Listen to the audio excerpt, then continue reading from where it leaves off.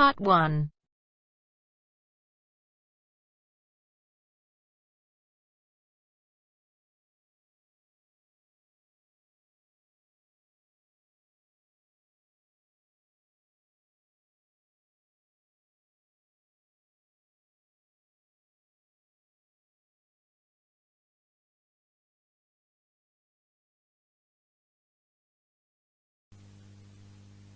You will hear a number of different recordings, and you will have to answer questions on what you hear.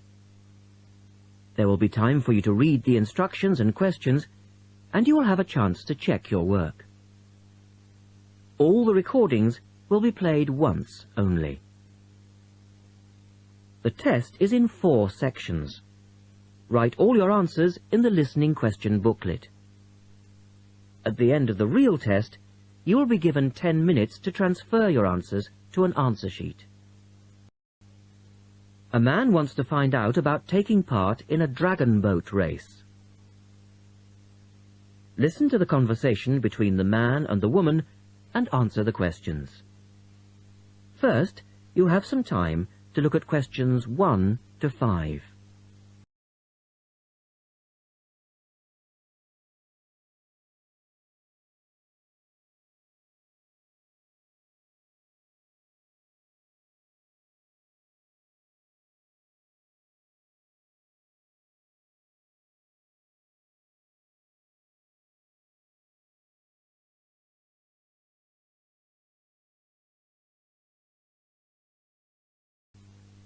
Now we shall begin.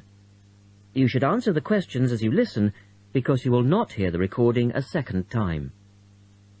Listen carefully and answer questions 1 to 5.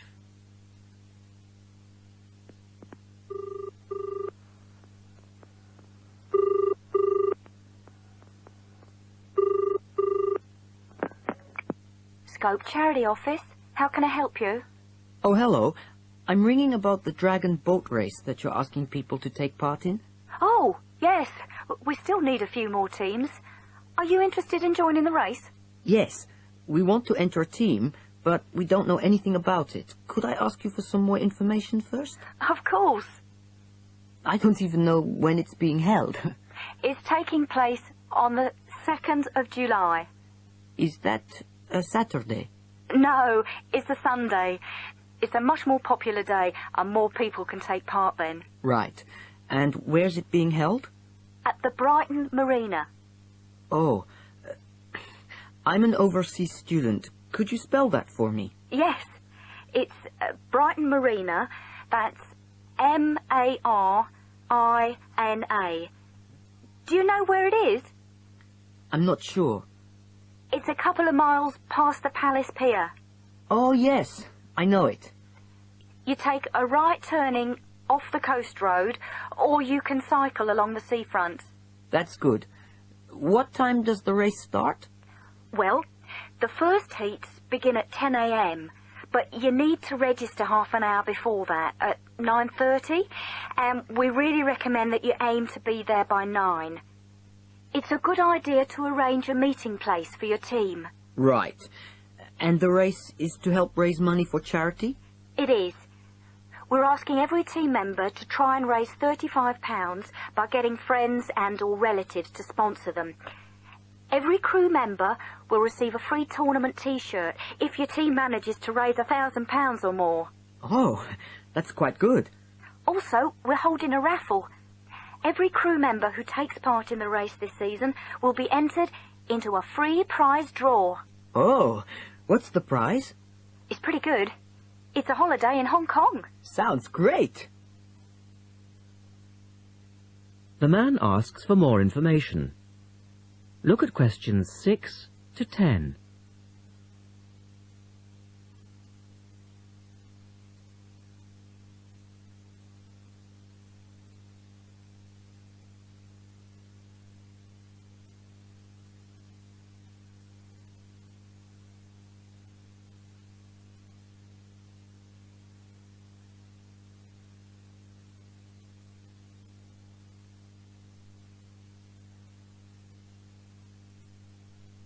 Now listen to their conversation and answer questions 6 to 10.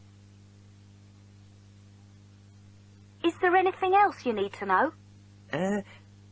Could you just tell me a little bit more about the teams? Well, you need to have a crew of 20 people for your dragon boat, and you then need to agree on who's going to be the team captain. That will probably be you. Fine. I've got a group of 20 people who are interested. Do all the team members have to be a certain age? Well, there's no age limit as such, but if you have a team member who's under 18, then they have to get their parents' permission to take part. Yes, that makes sense. It isn't dangerous, but we do have boats that turn over in the water, and for that reason we need to insist that everyone wears a life jacket as well. And you can hire life jackets from us when your team arrives. What do you advise people to wear? Well, most people wear a t-shirt, shorts and trainers. I certainly wouldn't recommend that you wear jeans or boots. In fact, it's a very good idea to bring some spare clothes. Okay.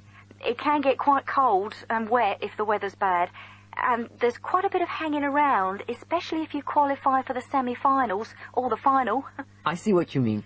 Have you got a name for your team? Oh, not yet, no. Well, you need to decide on one and then put it on the entrance form, which I'll send you. Oh, okay. So, if you'd like to give me your address, I'll be happy to send details first class. That is the end of part 1. You now have half a minute to check your answers.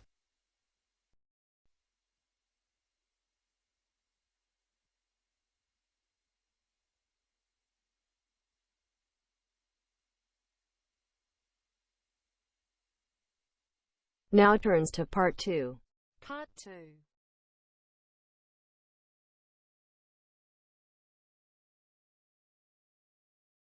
You will hear a talk by a wildlife specialist on a type of bird called a kiwi.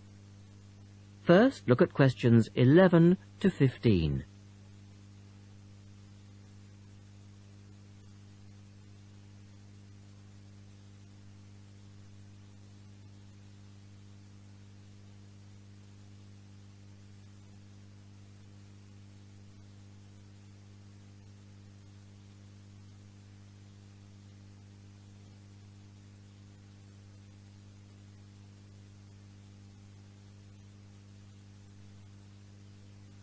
As you listen to the first part of the talk, answer questions 11 to 15.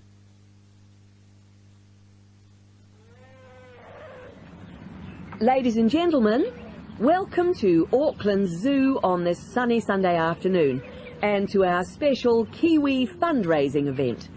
My job is to tell you all about the amazing little Kiwi, and your job, hopefully, is to dig deep in your pockets.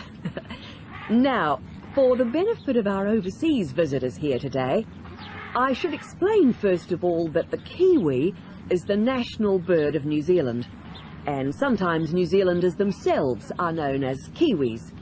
Now, while kiwis in the wild are a rare sight, the kiwi as a symbol is far more visible. Apart from being in toy stores and airport shops all over the world, you'll find them on our stamps and coins. The kiwi is the smallest member of the genus Apteryx, which also includes ostriches and emu.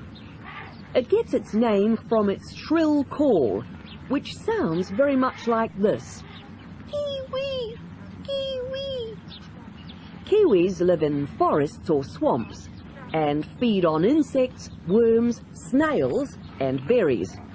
It's a nocturnal bird with limited sight, and therefore it has to rely on its very keen sense of smell to find food and to sense danger. Its nostrils are actually right on the end of its long beak, which is 1/3 of the body length. Now, here's an interesting fact. Although kiwis have wings, they serve little purpose, because the kiwi is a flightless bird. Since white settlement of the islands, kiwi numbers have dropped from 12 million to less than 70,000. And our national bird is rapidly becoming an endangered species. This is because they're being threatened by what we call introduced animals. animals which were brought to New Zealand, such as cats and ferrets, which eat kiwi eggs and their chicks.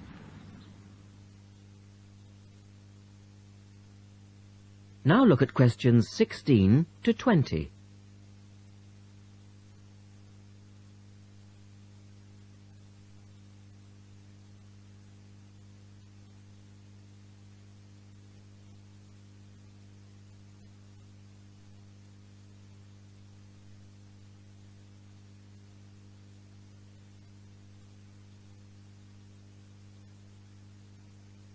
As the talk continues, answer questions 16 to 20. And so we have launched the Kiwi Recovery Program in an all-out effort to save our national bird from extinction. There are 3 stages to this program. Firstly, we have the scientific research stage. This involves research to find out more about what kiwis need to survive in the wild. Then secondly, we have the action stage. This is where we go into the field and actually put our knowledge to work. We call this putting science into practice. And then we come to the 3rd stage, the global education stage. By working with schools and groups like yourself, as well as through our award-winning Kiwi website, we're hoping to educate people about the plight of the kiwi. As part of the action stage, which I just mentioned, we've introduced Operation Nest Egg, and this is where your money will be going. It works like this. It's a 3-stage process. First of all, we go out to the kiwi's natural habitat and we collect kiwi eggs. This is the tricky part, because it can be very difficult to find the eggs. Then, in safe surroundings, away from predators, the chicks are reared. Now, this can be done on predator-free islands or in captivity. They're reared until they're about 9 months old, at which stage the chicks are returned to the wild. So far, it's proving successful. And since we started the program, some 34 chicks have been successfully raised this year, and their chances of survival have increased from 5 to 85%. However, it's not time to celebrate kiwi survival just yet. About 95% of kiwi chicks still don't make it to 6 months of age without protection, which is why Operation Nest Egg is so important. And we ask you to give generously today.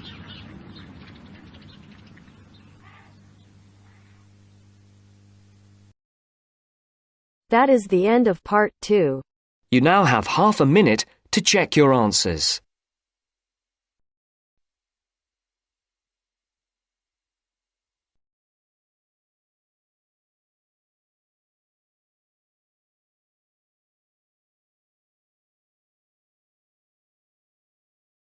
Now turns to part 3.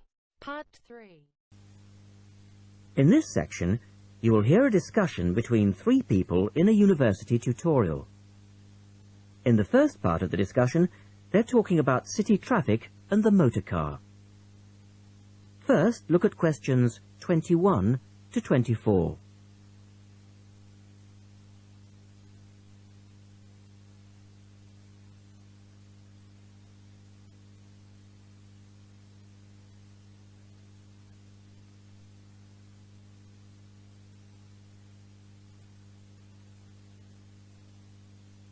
Now listen to the first part of the discussion and answer questions 21 to 24. We're very pleased to welcome Professor Isaac Nebworth to our tutorial group today. And he's come to share one of his pet passions with us, city traffic and our Western dependence on the motor car. I believe questions are quite welcome throughout. Thank you.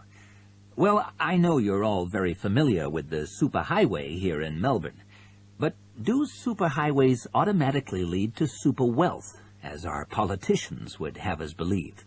I think not. Can you give us an example of what you mean exactly? Sure. Well, by continuing to encourage this dependence on the motor car, we simply create more congestion and more urban sprawl. And you can see that here in Melbourne, right under your nose. Excuse me, I would just like to say that I feel the sprawl is part of the city.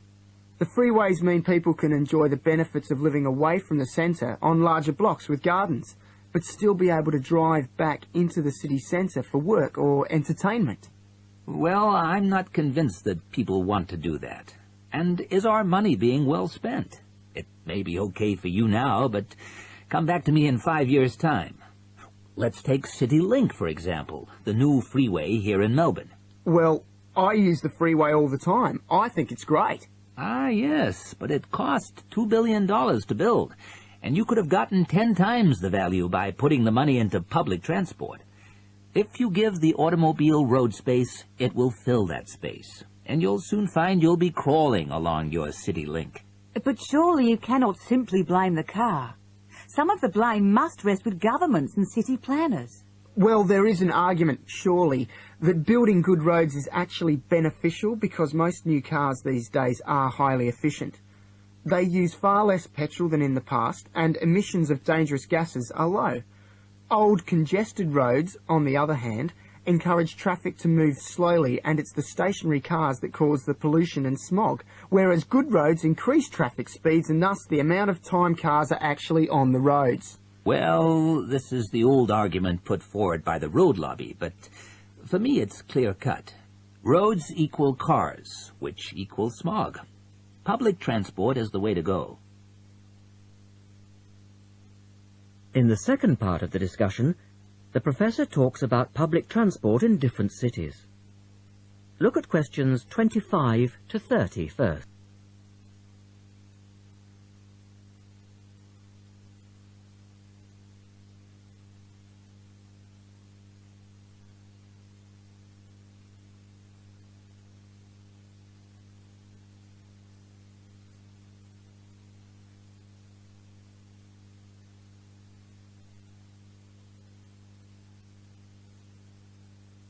As you listen to the discussion, complete the questions about public transport. Now, on that topic of public transport, I read somewhere recently that Australia isn't doing too badly in the challenge to increase the use of public transport. Better than America, granted. But by comparison with Canada, it's not so good. For instance, if you compare Toronto with the U.S. metropolis of Detroit, only 160 kilometers away, in Detroit, only 1% of passenger travel is by public transport, whereas in Toronto it's 24%, which is considerably better than Sydney, which can only boast 16%. Well, I think it's encouraging that our least car-dependent city is actually our largest city. 16% of trips being taken on public transport in Sydney isn't too bad. But it's a long way behind Europe. Take both London and Paris, for instance, where 30% of all trips taken are on public transport. Well, they do both have an excellent underground system. And Frankfurt comes in higher still at 32%. I understand that they've been very successful in Copenhagen at ridding the city of the car. Can you tell us anything about that experiment? Yes, indeed. Copenhagen is a wonderful example of a city that has learned to live without the motor car. Back in the 1960s, they adopted a number of policies designed to draw people back into the city. For instance, they paid musicians and artists to perform in the streets. They also built cycle lanes, and now 30% of the inhabitants of Copenhagen use a bicycle to go to work. Sydney, by comparison, can only boast 1% of the population cycling to work. It could have something to do with all the hills? Then they banned cars from many parts of the city, and every year 3% of the city parking is removed. And by constantly reducing parking, they've created public spaces and clean air. Really? There are also freely available bicycles, which you can hire for practically nothing. And, of course, they have an excellent public transport system. Well, that's all very well for Copenhagen, but I'd just like to say that some cities are just too large for a decent public transport system to work well, particularly in areas with low population, because if there aren't many people using the service, then they don't schedule enough buses or trains for that route. I accept that there's a vicious circle here, but people do need to support the system. And secondly, the whole process takes so long because usually you have to change. You know, from bus to train, that sort of thing. And that can be quite difficult. Ultimately, it's much easier to jump in your car. And often it turns out to be cheaper. Sure, but cheaper for whom? You or society? We have to work towards the ideal and not give in all the time because things are too difficult. Anyway, let's move on to some of the results of the survey, which I think you'll agree.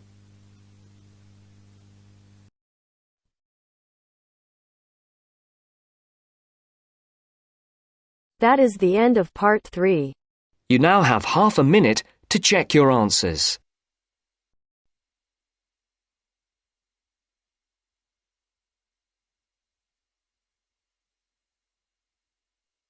Now turns to part 4. Part 4. You will hear a lecturer talking about food preservation. First, you have some time to look at questions 31 to 37.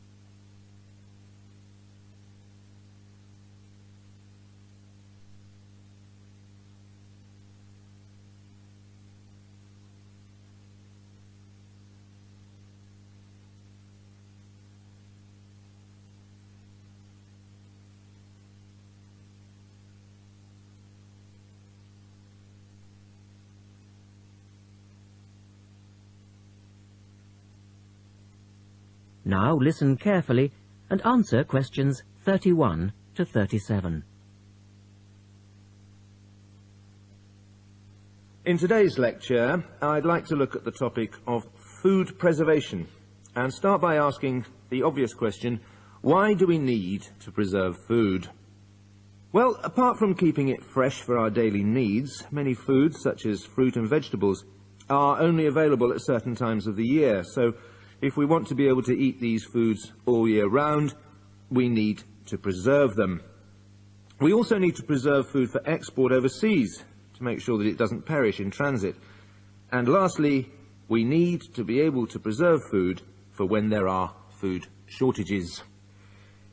There are a number of methods of preserving food which involve both high and low temperatures, chemicals, irradiation, and drying. Let's have a look at these in turn.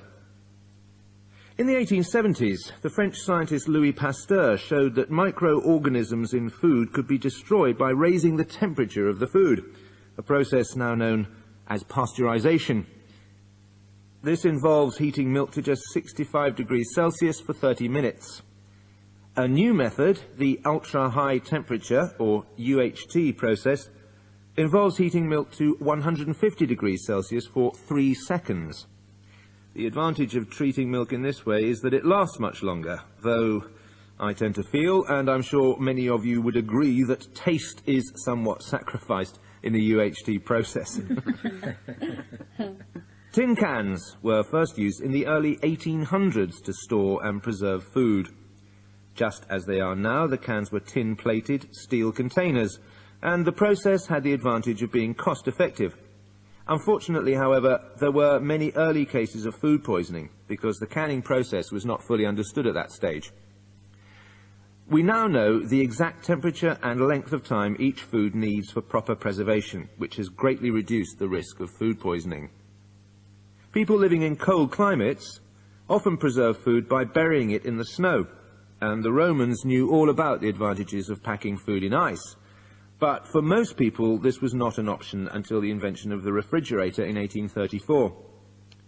Today, however, refrigeration is the most important means of preserving food because the food stays fresh without needing to be treated.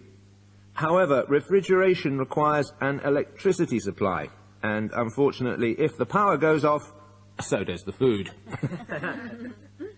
A variety of chemicals can be added to food, and you'll find their names listed on the labels of cans and bottles. Salt is probably the oldest of all the chemical preservatives and was used by many ancient civilizations for many years. Sugar also acts as a preservative and is used to preserve jams in much the same way that vinegar is used to pickle foods. Chemical preservatives are effective, but they do not suit all foods, and the processes involved are time-consuming. Another method of preserving food is by drying it. Most foods are 75% to 90% water, so if you remove the water, the microorganisms simply can't survive. When food is dried, it not only lasts a long time, but it also becomes much lighter, which is a big advantage, as this makes it cheap to store. Though some people argue that valuable nutrients are lost in the process. In the second part, the speaker describes the process of drying food. Look at questions 38 to 40.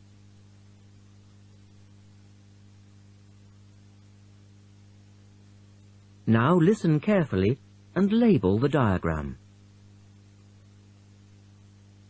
Early methods for drying food involved cutting it into strips and hanging it in the sun or over fires.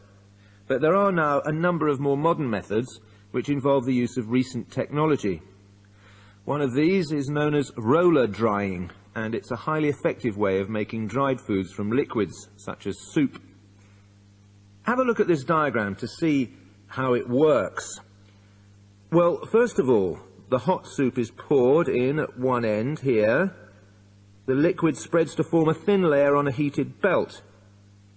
The liquid dries as it moves along. By the time it reaches the end of the belt, all the water has evaporated, leaving only dry powder. A blade then scrapes the dried material off the roller and captures it in powder form. All you have to do is add boiling water, and you have your hot soup back again, ready to drink. Another method is called freeze drying, and for those of you who still remember... That is the end of part 4. You now have half a minute to check your answers.